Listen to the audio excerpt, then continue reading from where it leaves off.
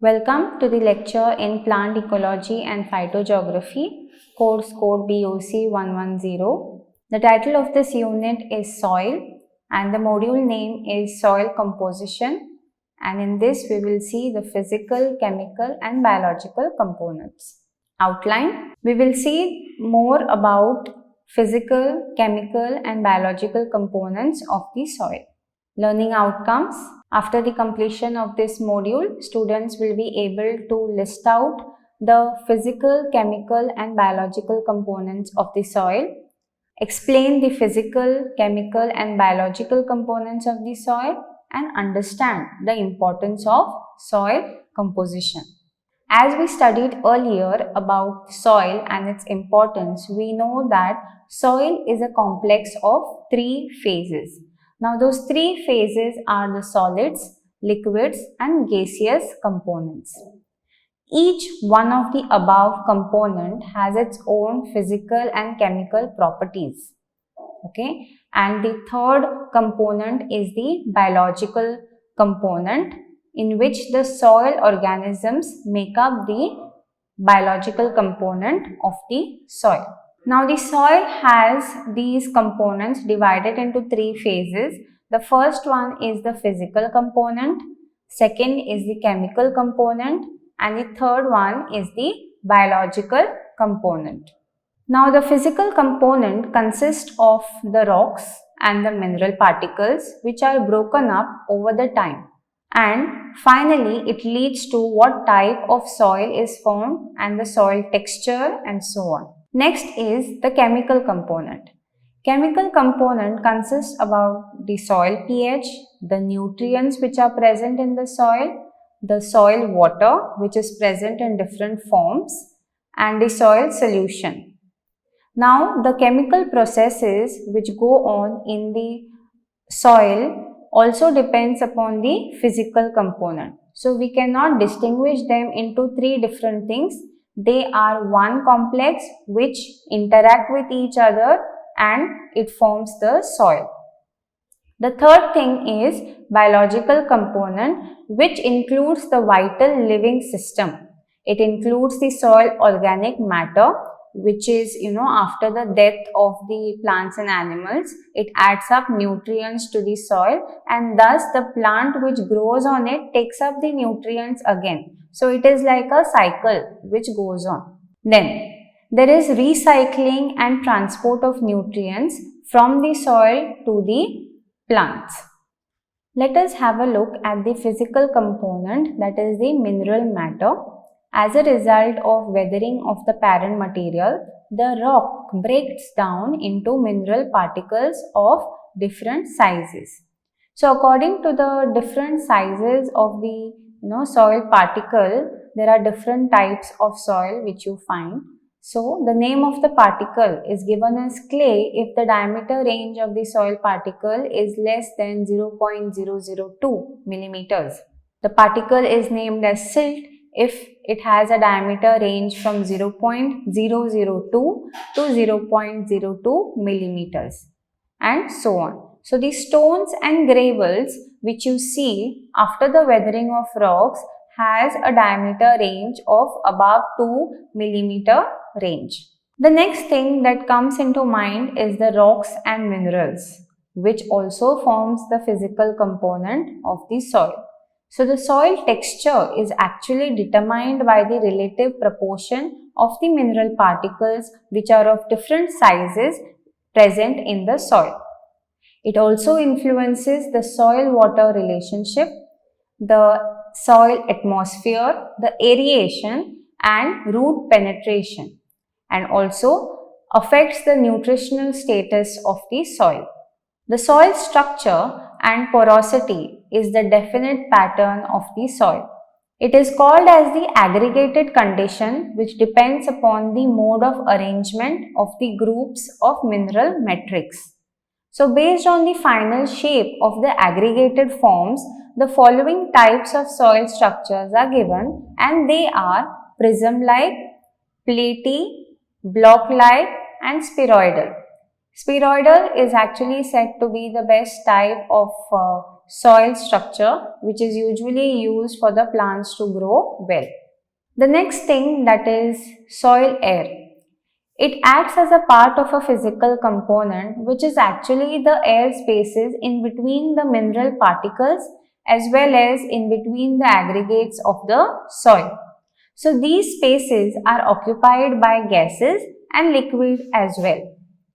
It makes up the soil atmosphere.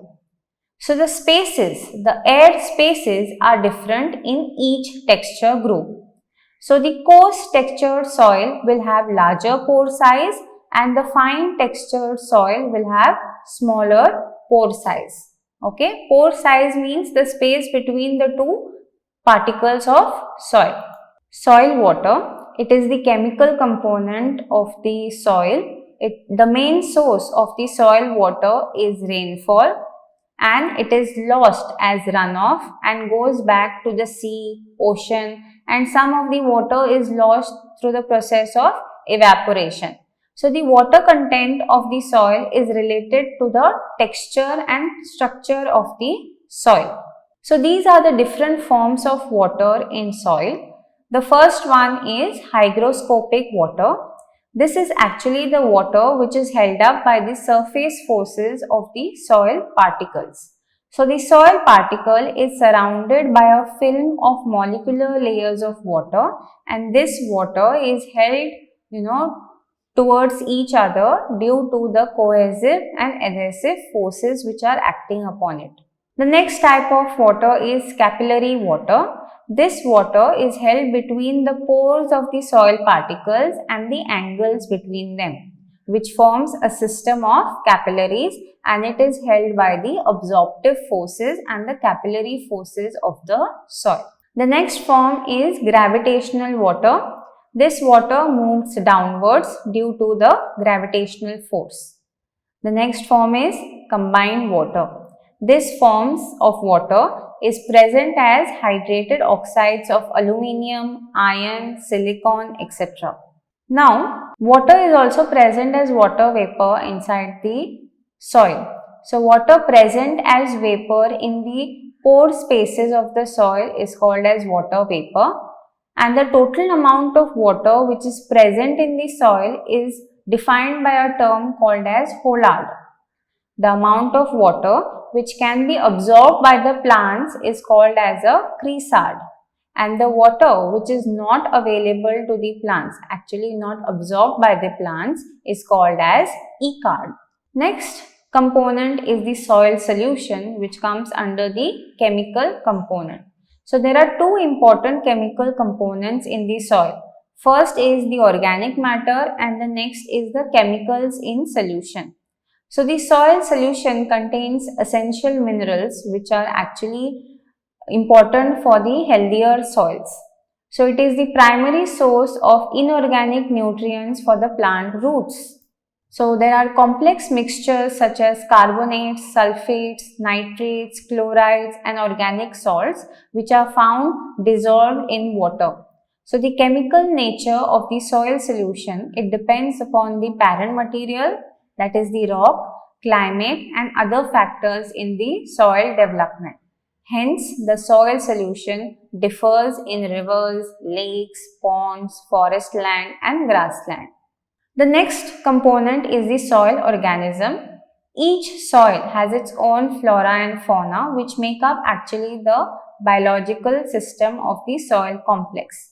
So the organisms inside the soil helps the soil to maintain its fertility through nitrogen fixation and other metabolism, as decomposers, and also it helps returning nutrients back to the environment. The last component is soil organic matter. Soil organic matter can be called as a combination of all the three components, that is physical, chemical and biological component, and it is the main source of return of minerals to the soil. It improves the water holding capacity of the soil and improves the water percolations in the soil. The soil organic matter shows equilibrium between the input which originates from the primary photosynthetic production, that is the plants, and then the degradative processes within the soil organisms. So the major constituent of the soil is actually the humus, which is in the top layer of the soil, and the humic complexes. So they comprise of the phenolic polymers like lignin, resin, etc. So the source of organic matter to the soil is by the surface living plants and animals and also microorganisms. So all the dead fresh organic matter which falls on the ground is called as litter. So in this module we have seen the soil composition, the different types of components in soil, the physical, chemical and biological components, and the importance of all three components of the soil. These are some references for offline resources. Also, you can go through the online resources. Thank you.